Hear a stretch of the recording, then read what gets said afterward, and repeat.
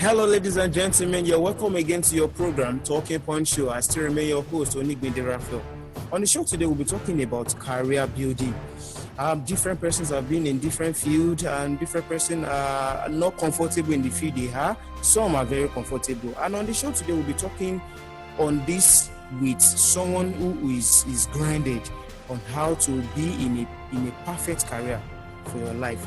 Ladies and gentlemen, I have Mr. Semiye Michael.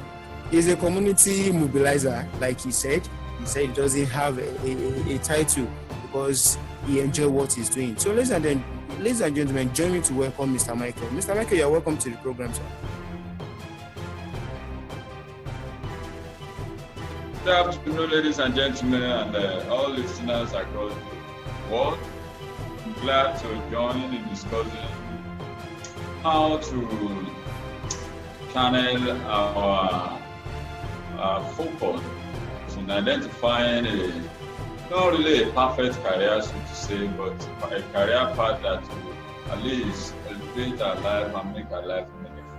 My name is Semiye Michael. Just as he has introduced, a community mobilizer. I work with Dean Initiative in Nigeria. Basically, I think against the norm that has existed over the years, especially when our present parents were growing up, and how their career didn't have the opportunity of actually defining what they wanted to be in their life. Their parents played a huge role in defining what so many of our parents today turn out to be, which most of them really do not have a choice. And so they didn't know if actually they loved what they did or they are doing, because they were not able to explore life in its real sense by identifying for themselves what they naturally would have loved to be, or what they would have naturally find themselves fitting in to do in life. But things are fast changing. People are having the opportunity of exposing themselves digitally or through physical social means and learning a lot of stuff about life. So you see, people are by default growing up to discover that they have passion for certain things and do not have joy doing other things. So today we've seen a mechanical engineer, for instance, and at the end of the day they finish their school and turn out to be a musician. We've seen people whose parents have influenced and in fact beaten very hard to become a medical doctor, but eventually they turn out to become a photographer.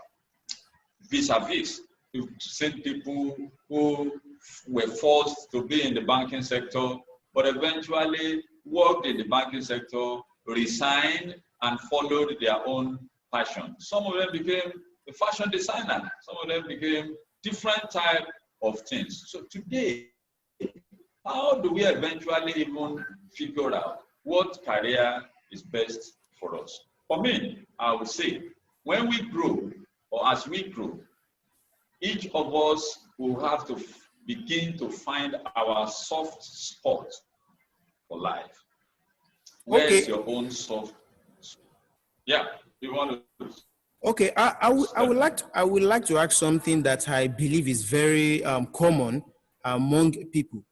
If you are in a particular field of a career, how will you know that this is not where you're supposed to be? What are those things that, okay, if you are saying these things, it means, my friend, you are not in the right path that you're supposed to be? So it's simple. Wherever you are, that there is a part of you that is not happy being there.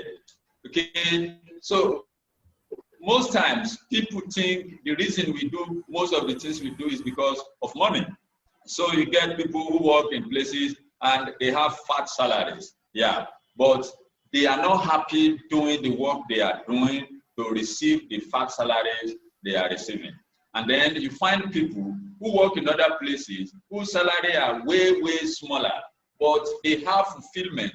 They wake up every day looking forward to go to their place of work. They are so excited. They are so happy doing what they do. Irrespective of the amount of financial reward that comes from it, they are excited. So you definitely know that this is your path to life. And then when you wake up every day and have nightmares, okay, remembering or just looking back at the office or the work you do, and you feel some element of sadness, some element of unfulfillment, you definitely know that even if they are paying you enough money to buy a whole city, that is not a place for you. It's as simple as that. So Okay. a time has come when people we'll start to, judge, or we stop judging what seems to be a perfect career away from financial reward. Okay, it's far and really far from that. Okay, what I want to ask now, when you've noticed you are not happy with what you are doing, but the kind of environment we find ourselves, most of us work for the money, not for what we are enjoying. Now, in this case now, because of what you need to do, what you want to achieve, that money is very important. Now, how can you now come to that boldness that, okay, you are ready to do what you feel is your part, and that thing that is your part may not really make you feel comfortable, that you are going to feel satisfied, you are going to be able to settle your bills and many things. So what are those things that one can bring together to make sure that, okay, if I'm going for my full career, what I know that I'm born to be, that I'm going to do well in it, and I won't be grudging, I won't be complaining. Yeah, I think people need to understand that for every ambition to come to fruition, there is that window period of sacrifice, and this is very important. Okay, I will advise sometimes if you wake up and discover that you are not happy doing what you are doing, or possibly you've identified a particular area of fulfillment in terms of work and career that you will love to build your life around. As exciting as that may be, just waking up and resigning from your current place of work may not be the immediate need that you need to consider. Because sometimes, just like you rightly said, finance is very crucial. And so, survival is key. You need to be alive to realize your dream. So there's no point just waking up and shouting, "Oh yeah, I'm there," and you just leave where you currently are surviving without a structural plan. So most times, you might use whatever opportunity and resources, advantages you have where you are doing that thing that you really don't feel happy at doing, but having certain, access to resources, opportunities, and network. Fine-tune those items and plan your exit. Okay? It might take 1 year, it might take 2 years, it might take 3 years. What matters is you make sure that you harness the opportunities, resources, and networks you are enjoying presently where you are, that you are not finding fulfillment, and use it over time to build the life you actually want to build. So it takes time, but even at that, by the time you eventually exit that place, it will still take some level of sacrifice, some level of adaptation before you eventually will land yourself in a place where you can say, "Oh, fine." Okay. I will also like to ask this. Yes, now I am getting what I deserve.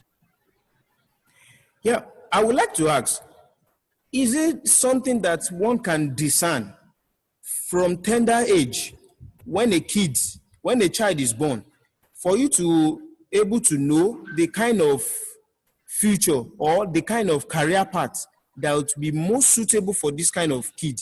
Is it something that is very easy to do? Or is it good to always decide?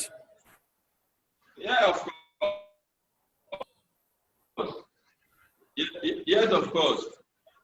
It depends, because for a child, most of us, what we are here to do in life are actually revealed in our first emergence of life between our early ages. Some of these traits are exhibited by us in our lives. You see a young person having, display certain traits that shows that this boy or this girl may be tending towards becoming this. This is what this girl is showing as a passion. They used to come up early in life.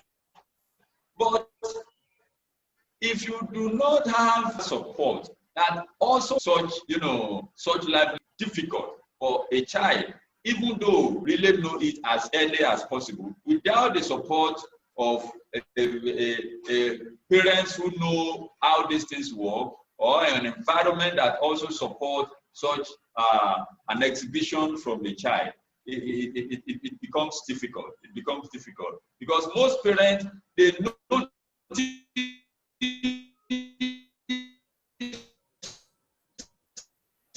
what their agenda for those children. They will beat those traits out of those children, and eventually, even if the child has discovered that, because of the hardship or the annoyance the parents will unleash on them, simply because they want them to become another thing, such children will eventually, forget